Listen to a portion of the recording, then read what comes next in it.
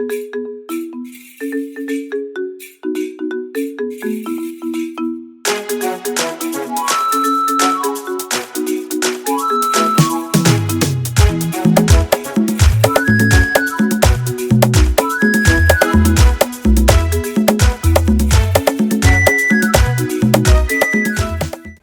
I'm Reverend Father Emmanuel Odongo, a Capuchin Franciscan priest. And today we are partnering with Radio Maria Uganda as they celebrate their 30 years of service. We are partnering with them in this program of the tree planting. And this program for us as the Franciscan Capuchins, we have termed it the Franciscan Go Green campaign. And our major aim is to work hand in hand with Radio Maria Uganda to restore our common home, the earth, which St. Francis of Assisi called the Mother Earth. Now, we are doing this in the footsteps, in the spirit of St. Francis of Assisi, our seraphic father. We all know that St. Francis of Assisi is the patron of ecology. And this is a special favor that God gave to him because of his love for nature. St. Francis of Assisi had a natural love for nature, a natural love for all creatures. So much so that he began even giving them titles which are human. For example, he could call the earth Mother Earth. He calls the sun Brother Sun. He calls water Sister Water. He called stars sister and everything. And so because St. Francis called these creatures with human titles, he saw them have a dignity, just like us. And so since they are our sisters, they are our mothers, they are our brothers, they deserve the same treatment we could give to our sisters, the same treatment that we could give to our brothers and to our mothers and all our relatives. And so according to Francis, and in fact, according to us Franciscans, taking care of the earth is a responsibility of each and every one. In fact, St. Francis composed the Canticle of Creatures. And the words he begins with is, "Be praised the Most High," or "Praise be to the Most High." And it is the same title that Pope Francis, when he was composing the Laudato Si encyclical, he picked those very, very words, Laudato Si, praise be to you. It was an intonation, an entrance to the Canticle of Creatures. And so we come here in the spirit of St. Francis, because the love for creatures that Francis had was so enormous. And indeed, because of that love for the creatures, Francis saved the nature. Francis saved the earth. At some point, even he could speak to these creatures freely, openly, like he could speak to his sisters, to his brothers. At one point, he said that when he was moving around, traveling, and he saw a group of birds. And he began preaching to the birds in what we call the sermon to the birds.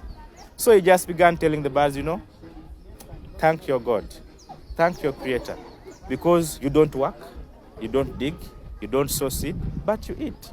You should be grateful to your God. He told them, be grateful again to your God, because you don't have clothes. You don't buy clothes, but you look very beautiful. You dress so beautiful. And so when Francis was making this sermon to them, when he was speaking to them, it is said that the birds were very attentive and no bird even dared to move away, because I think what Francis was telling them was sweet to their ears.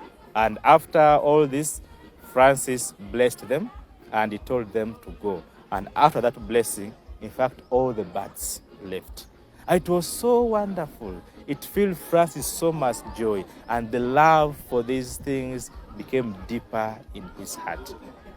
At some point also, if you know the famous story of the Gubbio story, the wolf of Gubbio, that in one city called Gubbio in Italy, there was an animal, a wolf, which was disturbing people, injuring them, killing some, and it had become so fierce. So people didn't know what to do with this wolf. They were living in fear. They were scared. At some point, St. Francis was moving in that village, and they warned him that don't pass around there. There's a very fierce wolf. But Francis never listened to them. So when Francis approached the wolf, it came like it's going to attack him. But Francis just spoke some words, and the wolf was very calm. And he spoke to the wolf, and the wolf, which was disturbing people, became so humble, became so docile. And he told the wolf, stop eating people. If you are hungry, they'll give you food. And he told the people also, please stop sinning. And indeed from that day, the wolf never disturbed anyone. And so this love continued. And even his brothers who followed him, now us who are the Franciscans, we are also taking up the same spirit. So when we join Radio Maria in celebrating 30 years as they plant the trees, we are promoting the spirit of St. Francis. We are promoting the teaching of St. Francis. We are promoting the life of St. Francis. Because at that time, his spirit, his life, and his love for the creatures saved the environment a great deal. And if all of us also do the same, I know we can save our environment, we can save ourselves. Because when the environment is safe, we are safe as well. Because the air that we breathe comes from the environment. The food that we eat comes from the environment. The medicines that we have, some come from the environment. And mention them. So when we take good care of this environment, we are taking good care of our own selves. That's why in the Laudato Si, which the Pope said is the care for our common home, it is emphasized that caring for these things is not just helping them, but it is helping each one of us as well, because we are part and parcel of this environment. We are part and parcel of the earth. So we care for the earth, we care for ourselves. We destroy the earth, we destroy ourselves. So dear friends, it is the spirit that is behind us, the spirit that's behind the drive of Radio Maria, this campaign of planting trees as they celebrate 30 years. And Radio Maria has a target of making 1 million trees planted. And I know they will achieve this. When they achieve this, they have achieved the life of St. Francis. They have achieved the dream of Francis.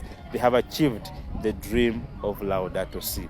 And more still, dear friends, this year we are celebrating the Jubilee of St. Francis, the 800th year of the death, after the death of St. Francis. And this is a golden chance for us that all of us, let us be little Francises. We become new Francises. That what St. Francis did 800 years ago, we do it now.